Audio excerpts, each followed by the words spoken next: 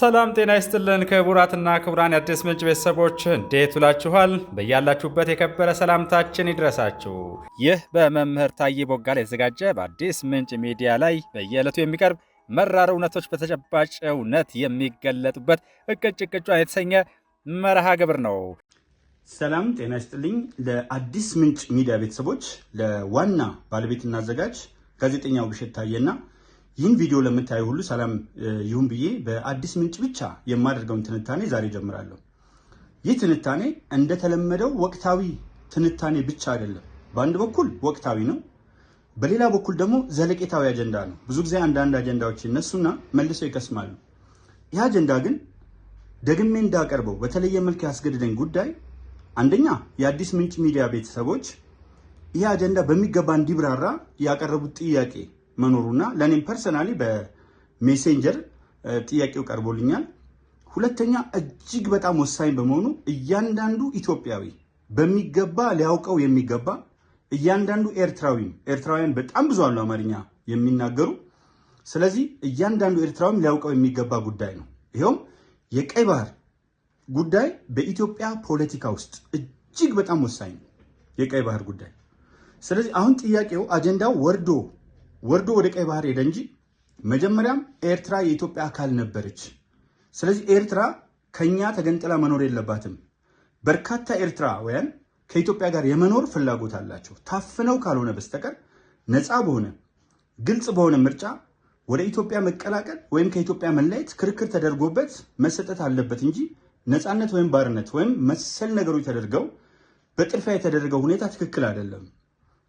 ባለፈው ታስታውሳላችሁ በጆሲ ኢንዛውስ ሾው እና በተለያዩ አይነት ሁኔታዎች ኤርትራውያንና ኢትዮጵያውያን ስንገናኝ የነበረውን ወዳጅነት የነበረውን ለቅሶ፣ እዛ ጋር አጎት አለ፣ እዚህ አክስት አለች፣ እዛ ወንድም አለ፣ እዚህ እህት አለ፣ እዛ ባለቤት አለች፣ እዚህ ባል አለ እና በጣም በርካታ ውስብስብ ጉዳይ ነው።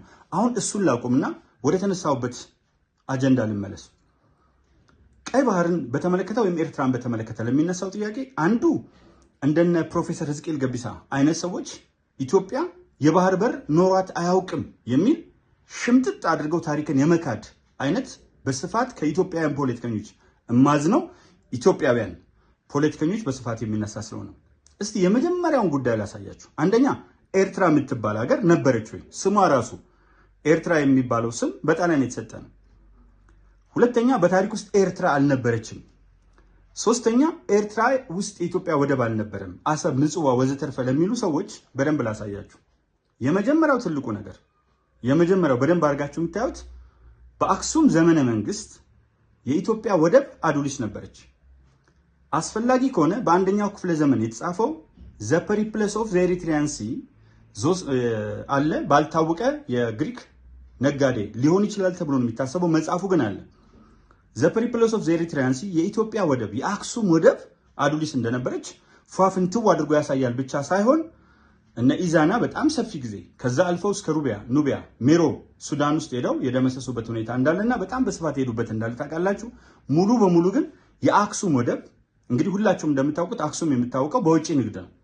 ወደ ውጪ በመነገድ እስከ ህንድና ቻይና የሚሄዱ ንግዶች ነበሯት። ከዛ ውጪ ለዓለም አቀፍ ንግድ የወርቅ ሳንቲሞችን ትጠቀም ነበር። ለሀገር ውስጥ ንግድ ደግሞ የብርና የነሐስ ሳንቲሞችን ትጠቀም ነበር። እዛ ጋር እንደውም የሜዲትራኒያን አካባቢ ቋንቋ ዞስካለስ የመጀመሪያ በአንደኛው ክፍለ ዘመን የነበረው የአክሱም ንጉስ ግሪክኛ አቀላጥፎ ይናገር ነበር። በየት በኩል ተገበያዩ ብላችሁ ስታስቡ ምንም ጥያቄ ሳያስፈልገው እንኳን ታሪካዊ ሰነዶች እንደ ክርስቲያን ቶፖግራፊ ዘ ፐሪፕለስ ኦፍ ዘ ኤሪትሪያን ሲ ቅድም የነገርኳችሁና ኮስሞስ ኢንዲኮፕሊስቱስ የጻፈው ዘ ክርስቲያን ቶፖግራፊ እና ወዘተርፈን በዝርዝር ብንመለከታቸው አክሱም ሙሉ በሙሉ እስከ 702 ዓመተ ምህረት ድረስ ዋነኛ ወደቧ አዱሊስ ነበር። ከዛ ሙስሊም አረቦች በ702 ዓመተ ምህረት የአዱሊስን ወደብ አፈራረሱ። ይሁንና ንግዱ በዛ ቀጥሏል። መጀመሪያ እሱን ያዙልኝ። ከዛ ቀጥሎ የመጣው ዛጉዌ ነው።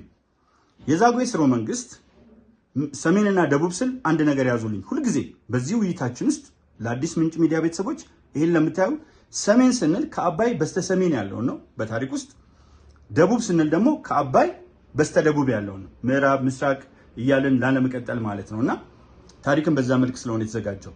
የምወዳችሁና የማከብራችሁ የዛጉዌ ስርወ መንግስት ከ1150 እንደ ግሪጎሪ ዘመን ቀመር እስከ 1270 ኢትዮጵያን ሲመራ የነበረው ወደብ በደንብ አድርጋችሁ ተመልከተዋል። ያ ብቻ እንዳይመስላችሁ በሰሜን ዳህላክ ነው። በደቡብ ሄዳችሁ የዛሬዋ ሶማሊያ ውስጥ ምስራቅ ነው ከአቅጣጫ አንጻር ከኢትዮጵያ ካያችሁት፣ ግን ደቡብ ቅድም ካልኳችሁ ኮንቴክስት ስንነሳ ዘይላና በርበራ አሁን ሶማሊያ ውስጥ ነው የሚገኙት። እስከዛ ያስተዳድራል። ያ ማለት ኢትዮጵያን በስፋት እንዴት አድርገው ያስተዳድሩ እንደነበር እናያለን። ሌላ ቀርቶ መራራ እውነት በኢትዮጵያ ታሪክ በሚለው መጽሐፌ ላይ አጣቃሽ አስቀምጬ እንዳሳዩት በ4ኛው ክፍለ ዘመን አዲስ አበባ ውስጥ ጭምር ቤተክርስቲያን ነበር። ከዚያም አኳያ እንዳለ ስትመለከቱ ኢትዮጵያ ብዙ ጊዜ ተለያይተን የኖርንን የሚለውን እንደ መሪው ጥንካሬ አንድ ጊዜ አንድ ላይ ስንሆን፣ መሪው ደግሞ ደካማ ሲሆን የሌሎች ኃይሎች እያየሉ ሲመጡ ደግሞ ሽሪንክ የምታደርግ፣ መሪው ጠንካራ ሲሆን ደግሞ እየሰፋች የምትሄድ። ዞሮ ዞሮ ግን ታሪክ ሲጻፍ ባለንበት ድንበር ውስጥ ከዛ አልፈን ደግሞ ከኤርትራ ጋር በተያዘ ኬስ እያየን እንሄዳለን። ከዛ ሰለሞናዊ ስርወ መንግስት መጣ። እንደምታውቁት ከ1270 እስከ 1974 እንደ ግሪጎሪ ዘመን ቀመር። ሰሎሞናዊ ስርወ መንግስት ሲመጣ ደግሞ አለፍ አለፍ ብለን ለአብነት ብናነሳ ከ1314 እስከ 1344 ዓ.ም ባለው የታሪክ ጊዜ አምደ ጽዮን የኢትዮጵያ መሪ የሆነ ሲሆን አምደ ጽዮን ኤርትራ ላይ የሚመድባቸው መሪዎች ማዕከለ ባህር የሚባል ስልጣን ነበራቸው። ማዕከለ ባህር ይስሐቅ፣ ማዕከለ ባህር ጎይቶም፣ ማዕከለ ባህር በሚል ስልጣን ይመድባቸው ነበር። በተመሳሳይ በአጼ ዘርዓ ያዕቆብ ጊዜ ከ1434 እስከ 1468 ባለው ጊዜ ደግሞ ባህረ ነጋሽ የሚል ስያሜ ተሰጥቷት ኤርትራ እዛ ጋር ባህረ ነጋሽ ይስሐቅ፣ ባህረ ነጋሽ ጎይቶም አይነት የኤርትራውያን ስም ልታደርጉ ትችላላችሁ አድርገው ያስተዳድሩ ነበር። ይህንን እያዝን መተን ወደ ዘመናችን ታሪክ ስንመጣ ዘመናዊ ታሪክ ውስጥ ስንገባ ከ1872 እስከ 1889 ኢትዮጵያን ያስተዳደሩት አጼ ዮሐንስ አራተኛ የትግራዩ ለኤርትራ የመደቡት አሉላ እንግዳ በፈረስ ስሙ አባነጋ። ብዙ ጊዜ ኢትዮጵያን የምናውቀው አሉላ አባነጋ በሚለው ስም ነው። ስለዚህ ኤርትራን የሚያስተዳድረው አሉላ አባነጋ ነው። ጣሊያኖች ሲገቡም ኤርትራ የኢትዮጵያ አካል ስለሆነች አጼ ዮሐንስ ለተለያዩ የአውሮፓ ነገስታት ለብሪታንያ መሪ ደብዳቤ ጽፈዋል በወቅቱ። እነዚህ ደብዳቤዎች ምን ምላሽ አገኙ የሚለው ስለ ህይወት ትሪቲ፣ ስለ አድዋ ፒስ ትሪቲ ወዘተርፈ ብዙ ርዕስ አለ። እሱን ሌላ ጊዜ ማየት እንችላለን። ነገር ግን አጼ ዮሐንስ ወደ ኤርትራ ምድር ጣሊያኖች እየገቡ ኢንክሮች ማድረግና ምሽግ መቆፈር ሲጀምሩ የተለያየ ጥያቄ ጠይቀዋል። እንደውም አሉላን በሰላም እንያዛት ኢትዮጵያን ሲባሉ ምንድን ነው ያሉት? አሉላ ጣሊያን ኢትዮጵያ ምድር ላይ የምትሰፍረው እኔ የሮማ አገረ ገዥ ሆኜ የሄድኩ እንደሆነ ብቻ ነው ብለዋል። ስለዚህ አሉላ ምንድን ነው ያሉት? አጼ ዮሐንስ ጣሊያንና ኢትዮጵያን ይዘው አሉላ የኤርትራዎች ብቻ ሳይሆን የሮማ የጣሊያን ዋና ከተማ ገዥ ሆነው ሆኜ እኔ ስሄድ ብቻ ነው እነሱ እዚህ ላይ የሚሰፍሩት። ዛት ሚንስ በአጼ ዮሐንስ ስር ጣሊያንም ስትገባ እንግዲህ አባቶቻችን የነበራቸውን ወኔ፣ የነበራቸውን ድፍረት፣ የነበራቸውን የሀገር ፍቅር ስሜት፣ ችግሮቹን እናንሳ ብንል ብዙ አሉ። ጥንካሬዎችን እናንሳ ብንል እልፍ ሁልቆ መሳፍርት የማይቆጠርላቸው አሉ። ግን ሁለቱን ነገሮች እያያዝን ስንሄድ ብቻ ነው ስለ ኢትዮጵያ ታሪክ በሚገባ መረዳት የምንችለው። አንድ በጣም መሰመር ያለበት ጉዳይ የአድዋን ጦርነት ታስታውሳላችሁ። እንግዲህ የጣሊያን ፍላጎት ሙሉ ኢትዮጵያን መያዝ ነው። ስለዚህ እየገሰገሰች መጣች። እየገሰገሰች ስትመጣ ሁላችሁም እንደምታውቁት ጣሊያን ሙሉ ኤርትራን ይዛለች። በደንብ አስምሩበት። ሙሉ ኤርትራን ይዛ ማን እያሉ? አጼ ዮሐንስ እያሉ። ከዛ እየገሰገሰች መጣች። እየገሰገሰች መጣ። እንግዲህ መንገሻ ዮሐንስና አሉላ መረብን ተሻግረው ኤርትራ ውስጥ ለመዋጋት ሞክረው ነበር፣ ተሸነፉ። ይህ እኮ የተመዘገበ ታሪካዊ ሰነድ ነው። ተሸነፉ። ከዛ በኋላ ጣሊያኖች ቀጠሉ፣ እያፈገፈጉ አማራ ድንበር ድረስ መጡ። ሊትራሊ ዘሆል ኤርትራን ዘሆል ትግራይን ያዙ። ከዛ በኋላ ሁላችሁ የምታስታውሱት የሜጀር ቶዜሊን ጦር ፊት አውራሪ ገበየው አፈር አስበሉት፣ ተሰዉ። ገበየው ጉርሙ ቢሞት ተተካ ባልቻ፣ መድፍ አገላባጭ ብቻ ለብቻ። ገበየው ቢሞት ነው ጉርሙ ነው። ገበየው ጉርሙ እዛ ጋር መስዋዕትነት ከፈሉ። ባልቻ አባነፍሰው ተተኩ እና መድፍ አገላባጭ ብቻ ለብቻ መድፈኞች ነበሩ እና በጣም መድፎች ነበሩ። ደግሞ በእኛ በኩል ይህን ያህል በጣምም እንትን ያለ አይደለም። አብዛኛው ኋላ ቀር መሳሪያ ነው። አብዛኛው ጀሌ ነው። የሚገርመው ይሄ ጀሌው ተከትሎ ሲሄድ ምንድን ነው ያሉት? በርክሌ በጻፈው ጽሁፍ ታቦት ያህል፣ ፈረሶች ያህል፣ ሴቶች ያል አዝማሪዎች እየዘመሩ ያበረታታሉ። ሴቶች ከኋላ ያበረታታሉ። መሀልም ገብተው ይዋጋሉ። እንደገና ራስ ሆነው ደግሞ እቴጌ ጣይቱ ያዋጋሉ። ስለዚህ ምን አለ እነዚህ ሰዎች ለውጊያ የሚሄዱ ሳይሆን ሰፈር የሚቀይሩ ይመስላል። ምክንያቱም የቀረ ነገር የለም። ሙስሊሙ በዚህ አለ፣ ክርስቲያኑ አለ። አንድ ላይ ሆነው ነው አንድ ላይ ጸሎት አድርገው ነው ሄዱት። ዱዓ አድርገው ጸሎት አድርገው አብረን የተነሱት። ይገርመኛል። የአባቶቻችን ወኔ ይገርመኛል። የአድዋን የማን ነው አንስቼ ነበር፣ ያሉላ አባ ነጋን ወይም ያሉላ እንግዳን። እጅግ በጣም የሚገርም እጅግ በጣም የሚደንቅ አይነት ሁኔታ እንደነበር ታያላችሁ። ከዛ እንግዲህ እዚህ ጋር አምባላጌ ጦርነት ላይ ያሸነፉ ኢትዮጵያን ቀጥለው መቀሌ ሄዱ። የመቀሌ ከበባ ላይ ጣይቱ ጣሊያንን መነሳት አለበት ውሃ አሰኝተው ከያዙት 5000 ጦር ራሳቸው እንደ አንድ ራስ ሆነው መርተዋል። በኢትዮጵያ ታሪክ ውስጥ ብዙ ጀግና ሴቶች አሉ የሚጠቀሱ፣ የቦረናዋ ሎኮ፣ የጉራጌዋ የቃቄ ወርዶት እና የመሳሰሉትን መጥቀስ እንችላለን።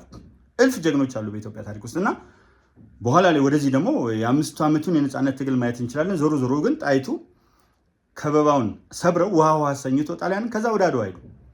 እንግዲህ አሁን እዛ ጋር አንድ የሚነሳ ጥያቄ አለ።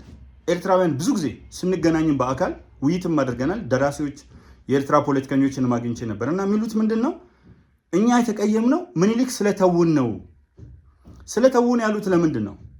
ምክንያቱም ኤርትራ የኢትዮጵያ አካል ባትሆን ኖሮ ምኒልክ ተውን የሚለው በኤርትራውያን በኩል የሚነሳው ወቀሳ አይኖርም ነበረ። ስለዚህ ተውን የሚል ነገር ሲያነሱ አሁንም ኤርትራ የኢትዮጵያ አካል መሆኗን እራሳቸው ኤርትራውያን እየመሰከሩ ነው። ምኒልክ ስለተውን ነው። ግን ምኒልክ ለምን ተዋቸው የሚለው ያስፈልጋል። የመጀመሪያው ምክንያት ኤርትራውያንም የማይክዱት 10,000 ኤርትራውያን አስካሪዎች ወይም አስካሪስ 10,000 ከጣሊያን ጋር ሆነው ኢትዮጵያን ወግተዋል አድዋ ላይ።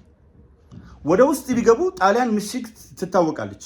አሁን ኤርትራውያንም ትልቁ የሚታወቁት ነገር ምሽግ ቆፍረው ነው ቁጭ የሚሉት። ወጥተው ሜዳ ላይ አይወጉ።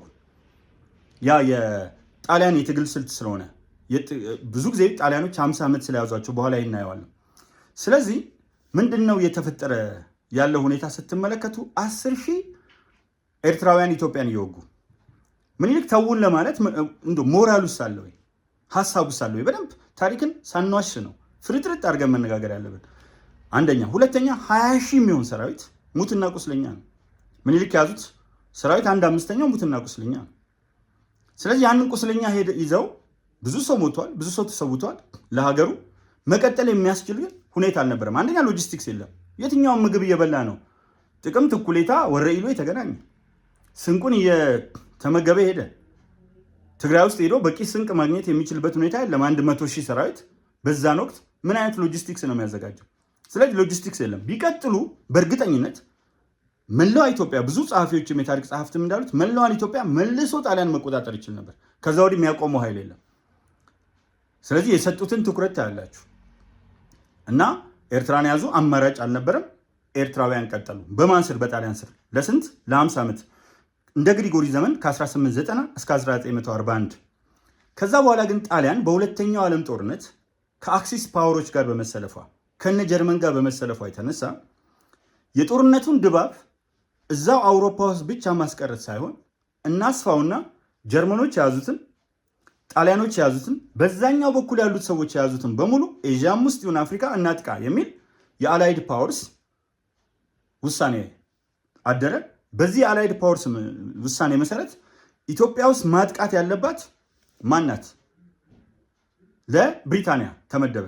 ስለዚህ ጀነራል ፕላት የሚባለው ሰው 153 ቀናት ከጣሊያኖች ጋር ኤርትራ ውስጥ ከተዋጉ በኋላ የብሪታንያ ጦር፣ የዩናይትድ ኪንግደም ጦር ወይም የእንግሊዝ ጦር ኤርትራን ያዘ። ጀነራል ፕላት።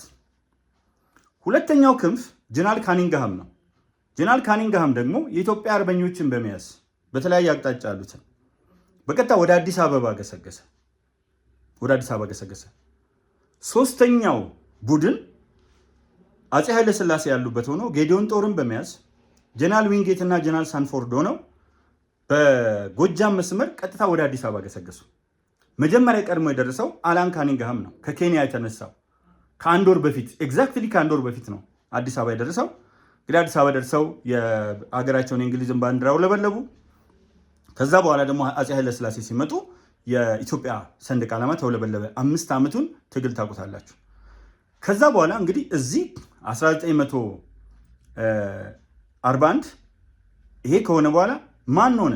ከ1941 እስከ 1952 የሞግዚት አስተዳደር ይባላል። አሁን ከጣሊያን የተወሰዱ ከጀርመን የተወሰዱ ከተሸናፊዎች ሀገሮች የተወሰዱትን በተባበሩት መንግስታት ድርጅት ውሳኔ መሰረት ማንዴት ተሪተሪ ሆኑና በሞግዚትነት አስተዳድረዋቸው መጨረሻ እጣ ፈንታቸው ይወሰን ተባለ።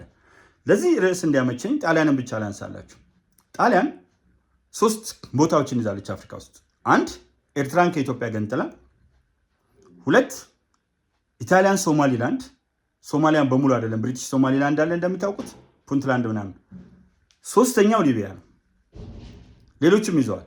ስለዚህ በጣም የሚገርመው የተባበሩት መንግስታት ድርጅት ላይ ጉዳዩ ቀረበ። ጉዳዩ ሲቀርብ የሶማሊያ ዕጣ ፈንታ ምን ይሁን ሲባል ነፃ ትውጣሉ። የሊቢያ ዕጣ ፈንታ ጀርመን ያሉትም እንደዛ ነው የሆኑት። ጀርመን ይዛቸው የነበሩት አፍሪካ ውስጥ የሊቢያ ዕጣ ፈንታ ምን ይሁን ነፃ ትሁን። ኤርትራ ላይ ሲመጣ ግን መስማማት አልቻሉም። ስምምነት ጠፋ። ለምን? ኤርትራ ለቀይ ባህር ፖለቲካ፣ ይሄ በጣም አስፈላጊ ስለሆነ ከርዕሳችን ጋር ለቀይ ባህር ፖለቲካ አመቺ ስለሆነች ሬድሲ ፖለቲክስ ላይ ምን ተደረገ? ሬዲዮ ማሪና የሚባል ከፍተኛ የኮሚኒኬሽን ሲስተም ባይዘወይ በዚህ በኢንፍራስትራክቸር ዴቨሎፕመንት ጣሊያኖች በጣም ይታወቃሉ። በ5 ዓመት ኢትዮጵያ ሲሰሩትን መንገድ ታውቃላችሁ። እና ያ ቦታ ያኔ ሳተላይት ቴክኖሎጂ ስላልነበረ ማዕከላዊኛው ምስራቅ ፖለቲካ ውስጥ በደንብ ለመሳተፍና ሁኔታዎችን ለመቃኘት ያ የሬዲዮ ማሪና የሚባለው በኋላ ቃኘው ሻለቃ የተባለው ሬዲዮ ማሪና ከፍተኛ የግንኙነት መስመር ነው። ቦታው ደግሞ ቀይ ባህር ዳርቻ ላይ አፉ ላይ መቀመጥ ይፈልጋሉ ሀገሮች። ስለዚህ የተባበሩት መንግስታት ድርጅት ውስጥ ዜሮ ሂትድ ዲቤት ከፍተኛ ክርክር ተካሄደ። ምክንያቱም እሱም ቦታ ለመያዝ ስለምትፈልግ አሜሪካ ኤርትራ ከኢትዮጵያ ጋር ትዋሃዳለች። ይህንን ማስታወስ ያስፈልጋል። በአሜሪካ ዲፕሎማሲ ውስጥ እንደውም ረድታችሁን ነበር እኮ ይህም ብላችሁ ነበረ እና ባለውለታ ናችሁ ማለት ያስፈልጋል። ሩሲያን ደግሞ በሌላ መልክ አፕሮች እናደርጋለን። ዲፕሎማሲ ባህሪው እንደሱ ነው። የሩሲያ ፍላጎት ደግሞ ኤርትራ ትገንጠል ነው። ለምን? ቦታውን መያዝ ትፈልጋለች። ሰው መካከለኛው ምስራቅ መቆጣጠር ትፈልጋለች። የቀይ ባህር የባቤል መንደብ 12% የዓለም ግዙፍ ኢኮኖሚ አሁንም የሚወጣበትና የሚገባበት የሚጓጓዝበት መንደብ ነው።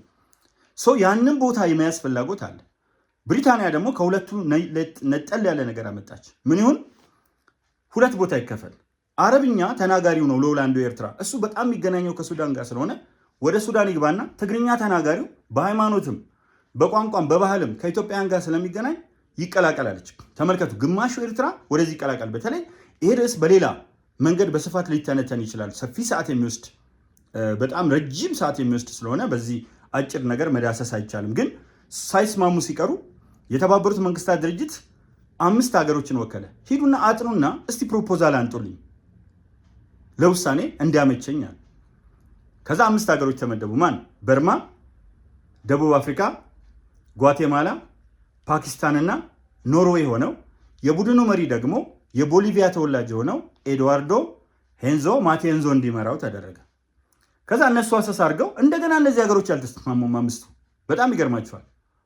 5ቱም አልተስማሙም። ኖርዌይ የአሜሪካን ሀሳብ ደገፈች። በንጉሱ ስር ከነበረችበት ከኢትዮጵያ ጋር ከእናት ሀገሯ ጋር ትቀላቀላለች።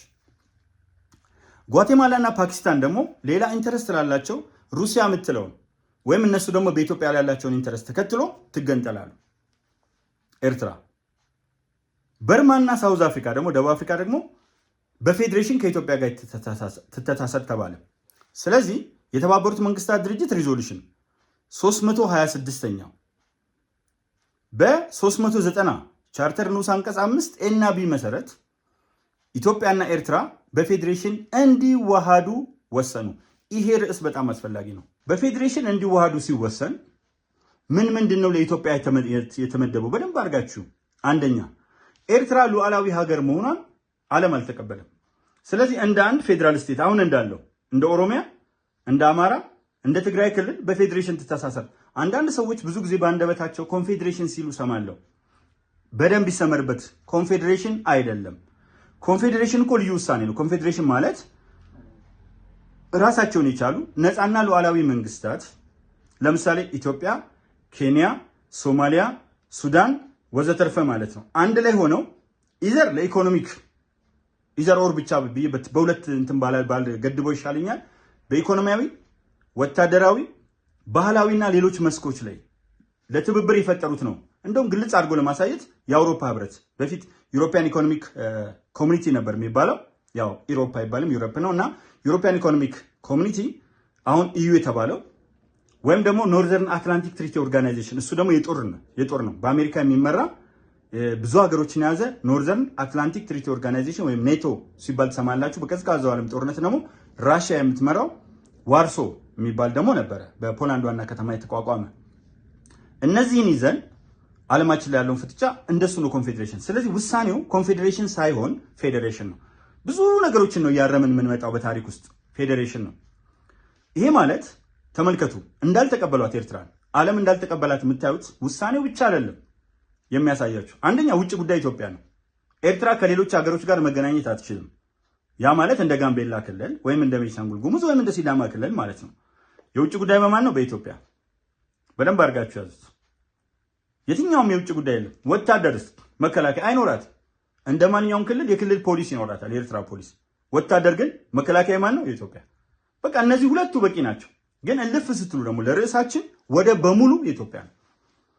አሰብም ምጽዋም እኛ እኮ አስቡት፣ መጀመሪያ ኤርትራ የኛ አካል ናት የሚለውን ትተን ምጽዋ የኛ ነበር፣ ይሄንን ትተን በጣም ሰፊ ወደብ ምጽዋን የሚያክል ወደብ ትተን አሰብን የራሳችን የሆነው ምጽዋ ጭምረኛ ነው፣ ኤርትራ ጭምረኛ ናት። አስፈላጊ ከሆነ እኮ ጥያቄውን ወደዛ መለጠጥ ይቻላል። ግን እርታ ለእርታ ዊን ዊን በቃ ሀገር ናት። እነሱ ፈልገው ከኢትዮጵያ ጋር ሪኢንቴግሬሽን እስካልፈለጉ ድረስ እንደገና መልሶ መዋሃድ እስካልፈለጉ ድረስ ለምን በምንም አይነት ይሁን ፍትሃዊ የማይሆን የሚለው ይሄ በደንብ አድርጋችሁ ትችላላችሁ። ይህን ይዛችሁ ታዲያ ጥያቄያችን ምንድን ነው? እኛ ስንል አንደኛ የተባበሩት መንግስታት ድርጅት የወሰነልን ለእኛ ነው። ታዲያ ማን ወሰነው ወደቡን ወደዛ ወሰደ የሚል ጥያቄ ባለፈው ክቡር ጠቅላይ ሚኒስትሩ ይመስሉኛል ወይም ከመከላከያ ሊሆን ይችላል ማን ወሰነው የሚል መሰረታዊ ጥያቄ አለ እዚህ ጋር። ማን ወሰነው ብለን ስንመለከት በሽግግር መንግስት ጊዜ ኢትዮጵያ ውስጥ ያለው የስብሃት ነጋ ዳይነስቲ፣ ኢትዮጵያ ውስጥ ያለው የኤርትራ ዳይነስቲ እንዳለመታደሉ ነው ከ1980 እስከ 2010 83 እስከ 2010 በኢትዮጵያ አቆጣጠር ከ1991 እስከ 2018 እንደ ግሪጎሪ ዘመን ቀመር በዚህ ውይይታችን ውስጥ የተጠቀምንባቸው ዓመተ ምህረቶች በሙሉ የግሪጎሪ ስለሆኑ ከዚህ በስተቀር በግሪጎሪ ዘመን ህወሓት መራሹ የሻዕቢያ ዳይነስቲ ኢትዮጵያንና ኤርትራን ያዘ። ሁለት ቦታ የተከፋፈለ በጥቅም የሚጋጭ በኤርትራ ኢንተረስት ግን አንድ የሆነ ባይፈልግ እንኳን እኮ ብለውናል ስብሃት ነጋ። ባይፈልጉ ኖሮ እንኳን ጋዜጠኛ ሲጠይቃቸው ባይፈልጉ ኖሮ እንኳን እኛ አስገድደን ኤርትራ እንድትሄድ እናደርግ ነበር። ምክንያቱም የህዝቡ ፍላጎት ባይሆን ተብለው የህዝቡ ፍላጎት ነው ብለው የደመደሙ ናቸው። ይሄን የሚያሳየን ነው። እዛ ላይ ብዙ ነገር መነጋገር ይቻላል። ከዚህ በፊትም አንስቼዋለሁ። ለማንኛውም ማን ወሰነው ስንል በሽግግር መንግስትም ሆኖ የቻርተሩን የሚያቋቋማቸው አካላት የሉበት። እንደ ህዝብ ተወካዮች ዝም ብሎ እንኳን ራሳቸው እንትን ያሉት የሉ፣ አያውቁትም። ሁለተኛ ካቢኔ የምንለው ስራ አስፈጻሚው ሌጂስሌቲቭ አያውቀውም፣ ስራ አስፈጻሚው አያውቀውም፣ ኤክሲኪዩቲቭ ያው ህግ ተርጓሚ ያውቀዋል ተብሎ አይታሰብም። ህግ አውጪውና ህግ አስፈጻሚው ካላወቁት ምን ቀርቦለት ነው የሚተረጉመው የሚለውን ስናይ አይታወቅም። ማን ወሰነው? ግለሰቦች። እሷ በደንብ የምትሰምር ናት። የሻዕቢያ ዳይነስቲ፣ የስብሃት ነጋ ዳይነስቲ መለስ ያለበት ከፊል ኤርትራዊ ነው፣ ሀፍካስት ነው። በጣም አስቸጋሪ ነው የሚሆነው ብዙ ጊዜ ሀፍካስት ሲኮን አንዳንዴ አውቃለሁ። በዚህ በፖለቲካ ውስጥ በጣም አስቸጋሪ ነው። ስለዚህ ይህንን ሁሉ አይተን ስንሄድ የባህር በር ጥያቄያችን ለምን እንጠይቃለን? አንደኛ ህጋዊ ነው። የተባበሩት መንግስታት ድርጅት ውሳኔ ህጋዊ ነው። ዓለም ላንድ ሎክድ የሆኑ የተቆለፈባቸው እንግዲህ 130 ሚሊዮን ህዝብ ከዓለም ከፍተኛው ህዝብ የህዝብ ቁጥር ይዞ የባህር በር የሌለው የባህር በር አክሰስ ያጣ የተቆለፈበት ኢትዮጵያ ሄዱ። የተቆለፈበት የሚለውን ቃል ከጠቅላይ ሚኒስትሩ ነው የወሰድኩት፣ ከክቡር ጠቅላይ ሚኒስትር ዶክተር አብይ አህመድ። የተቆለፈበት ህዝብ ነው። ስለዚህ የህልውና ጥያቄ ነው። ጥያቄው መጀመሪያ የህልውና የመኖር ወይም ያለመኖር ነው። ከጥቂት ጊዜ በኋላ እኮ የመኖር ወይም ያለመኖር ነው። እንደዚህ ቢቆልፉብን አለቀ። ስለዚህ አንደኛ የተባበሩት መንግስታት ድርጅት ሪዞሉሽን 326 390 ንዑስ አንቀጽ 5 ኤና ቢ ይደግፈናል። ሁለተኛ የባህር በር የማግኘት ዓለም አቀፋዊ መብት ይደግፈናል። ሶስተኛ ማን ወሰነው በሚለውን ብንሄድ በህግ ይደግፈናል። በታሪክ እንደነገርኳቸው ኤርትራ የምትባል ሀገር የለችም፣ የኛ ናት። አስፈላጊ ከሆነ እስከዛ ሄድ ግን አንፈልግም። ማንም ሰው በግድ መጨፍለቅ የለበት። ስለዚህ ኤርትራ ምጽዋ ምንም የኛ ናቸው። እንግዲህ ተመልከቱ፣ በታሪክም የኛ ነው፣ በህጋዊ ደረጃው የኛ ነው፣ በዓለም አቀፍ ህጎችም ጭምር። እንደገና ከዚህ አልፎ ደግሞ አለ። ለምን በሰላማዊ መንገድ አትጠይቁም? ኢሳያስ ግትር ነው፣ መንቻካ ነው፣ ችኮ ነው። እነዚህን ጥያቄዎች ሊያስተናግድ የሚችል ስነ ልቦናዊ ዝግጅት የለውም። ስለዚህ የባህር በር የማግኘት ጥያቄ ሌላ ከጂኦግራፊን ከመሳሰሉት ነገሮች ማየት እንችላለን። ይህን ካልኳችሁ በኋላ በኤርትራ ጉዳይ ላይ ሆነ በሌሎች ጉዳዮች ላይ ምንም እንኳን የኢትዮጵያ ፍላጎት ሰጥቶ መቀበል እርታ ለእርታ ቢሆንም አሁን ጉዳዩ ከዚህ ሰፍቷል። ለምን? የሃይድሮ ኤሌክትሪክ ፓወሩ መገንባቱ ግብፅ ታውቃለች የውሃ ፍሰቷን እንደማይቀንስ፣ እንደውም ለሱዳንም ሆነ ለግብፅ የተሻለ ለእርሻም ለምንም አስቻይ ሁኔታ እንደሚፈጥር፣ የውሃ ፍሰት በጣም ተመጣጣኝ ከመሆኑ አኳያ እያጥለቀለቀ ኢትዮጵያንም እዛም እየሸረሸረ የሚሄደው በተለይ በኢትዮጵያ እንደምታውቁት በዓመት 10,000 ቶን ፈርታይል አሉቪያል ሶይል አንድ ጊዜ ያየሁት ሪፈረንስ የተደረገ ጥናት 10,000 ቶን በጣም ለም የሆነ አሉቪያል ሶይል ከዚህ የተሸረሸረ ይሄዳል። አንድ ኢቦኒ የምንለው ግዙፍ የሆነ ዛፍ ይሄዳል። ማዕድን ወርቅ እንደሚሄድበትን ቦታ ታውቃላችሁ። እያጠበ ነው የሚመጣው። ከብዙ ኢትዮጵያ ክልል ነው የሚነሳው፣ ከሰከላ ብቻ አይደለም። ስለዚህ ይሄን ማዕድናት ሁሉ ይዞ ይሄዳል። አሁን ምንድነው ትልቁ የግብፅ ስጋት? ኢትዮጵያ እያደገች ከመጣች ሌላ ተጨማሪ ግድቦችም እየገነባች ትመጣለች። በጣም ትልቅ የሆነ ፓወር ትሆናለች። ይሄ ደግሞ የግብፅ ብቻ አይደለም። በነገራችን ላይ የብዙዎች ሀገሮች የግሎባል ፓወርስ ጭምር ፍላጎት ምንድነው? የግሎባል ፓወርስ ወይም ሉላዊ ኃይሎች ፍላጎት በጣም ትንንሽ የሆኑ ሀገሮች እንዲኖሩ፣ እነዚህ ትንንሽ ሀገሮች የማይፈጥሩና የማያመርቱ እንዲሆኑ፣ ነገር ግን የተወሰነች አቅም ብቻ ፈጥረው እነሱ የሚያመጡትን ሸቀጥ እንዲቀበሏቸው፣ ከዛ ውጭ ደግሞ የኢንቨስትመንት መሬት ሴትልመንት ኢቭን አሁን ኬንያ እዚህ ጋር ሄዱ። ኬንያ ሄዳችሁ ሰዎች እንደኔ ታውቃላችሁ። እስቲ ሂዱና በተለያየ ቦታ ተመልከቱ። ማን ነው የተቆጣጠረው ካምፓኒዎች? አብዛኛው የአፍሪካ ሀገር እኮ 90% ህንፃዎቹ የዜጎች አይደሉም። ቅኝ ገዢዎች የነበሩ ያስቀጠሉት ነው። የዚምባብዌን ትግል የተለያዩ ታስታውሳላችሁ። መሬት ለገበሬዎች ህንፃዎች ላይ ኦልሞስት 100% የኢትዮጵያን ብቻ የሆነው ኢትዮጵያ ናት።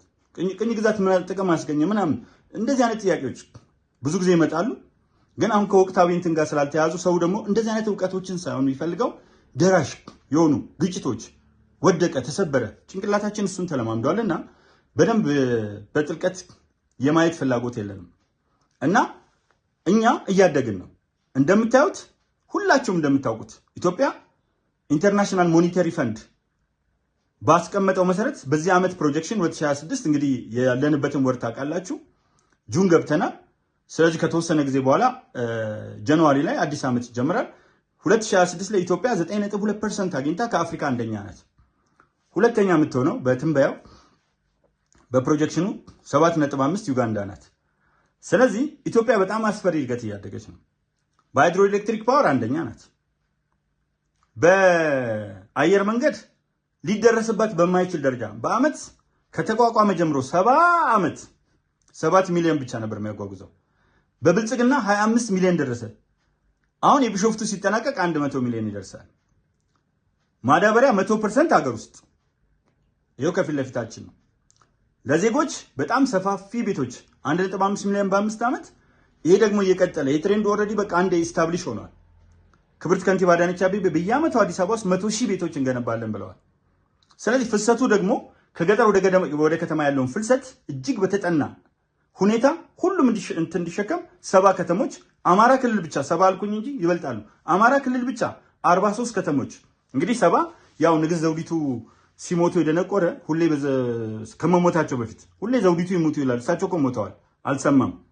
እና እኔ 70 ከተሞች ይላለሁ። አማራ ክልል ብቻ 43 ከተሞች ስማርት ሲቲ ሆነው ምንድነው የኮሪደር ልማት ማለት ሁሉ አቀፍ እድገት ነው። ኮንስትራክሽን ምን ደጋግሜ ስለተናገርኩት አልገባበትም። ማንም ሰው ደግሞ የኮሪደር ልማት ብሎ ጉግል ቢያደርግ ሊያዩ ይችላል። የኮሪደር ልማት በአማርኛ ቢጽፍ በአማርኛ የኮሪደር ልማትን ምንነት ያሳየዋል። በጣም ዲቴይል የሆነ ስለዚህ አሁን ይሄ ሆነ።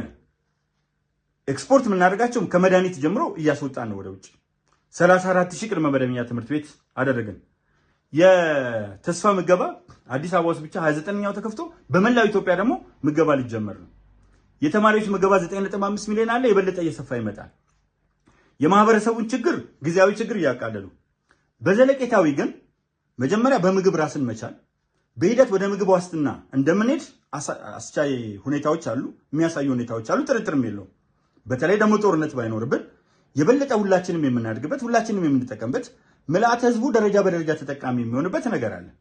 ይህን ለማስቀረት ነው ትግሉ፣ የሉላዊ ኃይሎች ትግል። ለምን ሸቀጥ ማራገፊያ መሆን አለብን፣ ለእነሱ ኢንቨስትመንት አመቺ መሆን አለብን። በብሬን ድሬን ምርጥ የሆነውን ጭንቅላት መውሰድ አለባቸው። በርካሽ የሰው ጉልበት ቺፕ ሌበር ፓወር ሰዎችን ማፍለስ አለባቸው። የጦር ካምፓኒዎች ደግሞ አንድ ጊዜ ስዊድን ላይ የተደረገ ጥናት፣ አስደንጋጭ ጥናት አይታቸዋል። ምን ያህል 1 ቢሊዮን ሰው ከስራ ውጭ ይሆናል መሳሪያ ማምረት ቢቆም። ስለዚህ ለማዋጋት ይፈልጋሉ። መሳሪያ በጣም ይሸጣል። በተዋጋን ቁጥር ግብፅ በዛ በኩል ትገዛለች። ዞሮ ዞሮ የነሱ ጉዳይ አይደለም። ግብፅ መሳሪያ እያመጣች ታስታጥቃለች፣ ለሸኔ፣ ለፋንዶ፣ ለህዋት፣ ለሻቢያ። ምክንያቱም እንትናል ለዚህ ደግሞ ትገዛለች ግብፅ ከተለያዩ ሀገሮች ላይ። እንደገና ደግሞ ለምላሹ እኛ አሁን እየሰራን ነው እንጂ እስከ ጀት 100 ሚሊዮን ዶላር የሚያወጣ ክብር ለአየር ኃይላችን፣ ክብር ለጀነራል ይልማ መርዳሳ፣ ክብር ለፊልድ ማርሻል ብርሃኑ ጁላ፣ ክብር ለክቡር ጠቅላይ ሚኒስትር ዶክተር አብይ አህመድ ሰፋፊ ድሮኖች ሳይቀር እያመረተን ስለሆነ ይሄ ደግሞ ያበሳጫቸዋል። ስለዚህ የዓለም መሳሪያ አምራች ካምፓኒዎች ፊት ለፊት ባይወጡም ጸረ ኢትዮጵያ ናቸው። ምክክር ደግሞ የሚባል ነገር መጣ። የምክክር ኮሚሽን፣ ኮንሳልቴሽን፣ ናሽናል ዳያሎግ። ይሄ ወደ ምን ይመራናል? አለ ጥርጥር ኢትዮጵያን ህዝቡ ጋር ችግር ስለሌለ ችግሩ ያለው ኤሊቶች ጋር ስለሆነ ናሽናል ሪኮንሲሊየሽን ብሔራዊ እርቅ ውስጥ እንገባለን። ብሔራዊ እርቅ ከገባን ወደ ናሽናል ኮንሰንሰስ ብሔራዊ መግባባት እንሄዳለን። ያ ማለት ኢትዮጵያ የአፍሪካ መቀመጫ እንደመሆኗ፣ የአፍሪካ ህብረት መቀመጫ እንደመሆኗ የአፍሪካ ሀገሮች እየመጡ መለስ ቀለስ እያሉ ይህን እድገት እያዩ ነው። ይህን እድገት ደግሞ እንደወስዳለን እንደ ኢትዮጵያ ለምን አናድግም የሚል የፓርላማ ዲቤት አለ። ይሄ ጠላት ያበዛብናል። ነዳጅ እዚህ ጋር ፋብሪካ ትንሽ ጀምረናል፣ ወደ ማጣራት ላይ ነው። ስለዚህ ነዳጅን ማስገባት ይቆማል።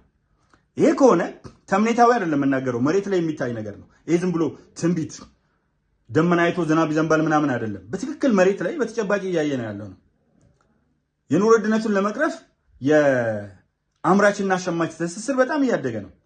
እነዚህ ትሬንዶች በጣም አስደንጋጭ ናቸው። ስለዚህ እነዚህን አስደንጋጭ ትሬንዶች ለማስቆም ምን ፍላጎት አለው ዓለም? ግብፅ በአባይ ነው ጠላትነቷ፣ የእድሜ ዘመን ነው። የእድሜ ዘመን ነው። በኢትዮጵያ ኦርቶዶክስ ቤተክርስቲያንም ይሾሙ የነበሩት ከላይ ይህን ምናልባት አስፈላጊ ከሆነ ወደፊት እናነሳዋለን። ከግብፅ ፓትሪያርኩ እዛ ተቀምጦ ለኢትዮጵያ የመጀመሪያው ፓትሪያርክ በኃይለሥላሴ ጊዜ ነው የመጡት። ኢትዮጵያ የራሷን ፓትሪያርክ መሾም አትችልም። ፓትሪያርኩ እዛ ይቀመጥና እኛ ጋር የሚላከው ጳጳስ ነው። አቡነ ቴዎፍሎስ ናቸው ኃይለሥላሴ ያደርጓቸው የመጀመሪያው ፓትሪያርክ። አቡነ ምናልባት እንግዲህ 1956 ምናምን ላይ የተሾሙ የመጀመሪያው አቡነ ባስልዮስ ይመስሉኛል። እሱን ትንሽ ሂስቶሪካል ሪፈረንስ ብጠቀም ትንሽ ዘንጋ ብያለሁ፣ ግን እዚህ ጋር ነው። አሁን በኃይለሥላሴ 1950ዎቹ ላይ ነው የመጀመሪያውን ፓትሪያርክ ያገኘው። ይሄ ከሆነ እነዚህ ሰዎች በአንድ ወይም በሌላ መልኩ ኢትዮጵያ ላይ ተጽዕኖ የሚያሳድሩ ኃይሎች ብዙ ናቸው። የሚያሳዝነው እዚህ ጋር የምመጣበት የሚያሳዝነው ከኤርትራውያን ባልተናነሰ የኢትዮጵያ የታሪክ ሰዎች፣ የኢትዮጵያ ፖለቲከኞች ለኤርትራ ጥቅም ሲቆሙ ጽምዶ ብለው በኢትዮጵያ ታሪክ ውስጥ አሳፋሪ ከግብፅ ከሻቢያ እና ከሱዳን ጋር በግልጽ ተጣምረው ሲመጡ በአንዳነት እኮ ልክ አለው፣ በአንዳነት ደረጃ አለው። ይሄ ግን በጣም አስደንጋጭ ነው። በአንዳነት የእውነት ደረጃ አለው፣ በጣም አስደንጋጭ ነው እና ብዙ ሰዎች ባነሳ በብዙ ሁኔታዎች ብንወያይ ደስ ይለኝ ነበር። ነገር ግን ትልቁ ችግር ምንድን ነው? ያው በውስጥ መስመር ብዙ ጊዜ ከሚሆን ፊት ለፊት ጥያቄዎች ቀርበው በአዲስ ምንጭ ሚዲያ እኔና አዘጋጁ የሚዲያው ባለቤት ሀሳብ እንዳቀርብ የፈቀደልኝ በዚህ ፕላትፎርም ላይ እሱ ሰብስቦ ወደ 89,000 የሚደርሱ ሰብስክራይበሮች ይዞ ፈቅዶልኛል። በዚህ አጋጣሚ እንደው ጋዜጠኛው ውብሸት ታየን ይህንን አዲስ ምንጭ ሚዲያ ሰብስክራይብ ብታደርጉ ቤተሰብ ብትሆኑ ከዛ በኋላ ደግሞ እየገባችሁ አስተያየት ብጽፉ ከመሰዳደብ ወጥተን በቁም ነገር ስለ ኢትዮጵያ ጉዳይ የምንወያይበት ስለ ሀገራችን የሚያገብረን ሁላችንም የምንጠቀምበት ከእልህ ነፃ ሆነን እንደ ሰው ራሳችን ቆመን ከመንጋ አስተሳሰብ ወጥተን እያንዳንዱን ነገር ስናደርግ በሀሳብ ላይ የመንጋው አለቃ ምን አለ አይደለም። አሁን ብዙ ጊዜ የመንጋ አለቆች ያዘጋጅተናል። የመንጋ አለቆቹ የሚሉት ነገር ሁሌ ልክ ይመስለናል። ሰው ሲፈጠር በመንጋ እንዲያስቡ ነው አልተፈጠረም። እንስሳት ናቸው በመንጋ ብቻ አንቁም። ምንም ይሁን ምን የምታምንበትን ነገር እስከ መጨረሻው ድረስ ሄዳ አስረዳ። እውነትና ንጋት ቢደበቁም እያደርግን ይጠራል። ጨለማ ምን ያህል ጨለማ ቢኖር መንጋቱ አይቀርም። እውነት ደግሞ ለጊዜው ትመነመናለች፣ ትከሳለች እንጂ ማታ ላይ ታውደውዳለች፣ ትወፍራለች። ስለዚህ እውነታችሁን ይዛችሁ ከእውነታችሁ ጋር ቆሙ። በቀይ ባህር ጉዳይ ላይ የሚነሳው ጥያቄ ማጠቃለያ የማደርገው ኤርትራ ሀገር ሆና አታውቅም ከ1890 በፊት እንዲሁም ደግሞ ከ1952 እስከ 1991 ምነግራችሁ በግሪጎሪ ዘመን ቀመር ነው። የኤርትራ ጥያቄን ማንሳት ይቻላል፣ ግን አንፈልገውም። ምጽዋ የኛ ነው። ለይት አለውን አሰብ ምጽዋ የኛ ነው። እኛ ኦኬ ምጽዋን እንደፈለገ ያዙት፣ በቃ እናንተ ሀገር ሆናችኋል። መጠቀም አለባችሁ። የወጪ ንግድ ማድረግ አለባችሁ፣ ገቢ ንግድ ማድረግ አለባችሁ። እኛ እኮ ሴኩሪቲያችን የሚነካል ባይዘው ምን ሴኩሪቲ አለ? ቀይ ባህር ላይ ጅቡቲ እንትን ናት፣ እንደምታውቁት የጦር ሰፈር ናት። የሀያላን የጦር ሰፈር ናት ጅቡቲ። የሌለ ሀያል ሀገር የለም ጅቡቲ ውስጥ። ወደ 12 ሀገሮች ጅቡቲ ውስጥ ቤዝ አላቸው፣ የጦር ቤዝ አላቸው። 130 ሚሊዮን ህዝብ ይዘን ከፍተኛ የሆነ ሰራዊት ይዘን ኢትዮጵያን የምታክል ታሪክ ያላት ሀገር ይዘን የጀግኖች ምድር ይዘን፣ ነገር ግን በቀይ ባህር ፖለቲካ ውስጥ ራሱ ምንም የለንም። አይገርምም? የባህር ኃይል የለንም። ተቋቁሟል አሁን ግን የለንም፣ ባህር እስከሌለ ድረስ። እነዚህን አይታችሁ እንደ አንድ ኢትዮጵያዊ እያንዳንዱ ሰው በተናጠል ሊሰማው ይገባል። ዓለም ስለ አገሩ ብሔራዊ ጥቅም ናሽናል ኢንትረስት፣ ስለ ሀገሩ ሉዓላዊነት ሶቨሬንቲ፣ ኢቭን እኮ ፌልድ ስቴት ከሆነ ሶቨሬንቲ ራሱ የለንም። አሁን አይታችኋል፣ ሶማሊያ ፌልድ ስቴት ሆነች።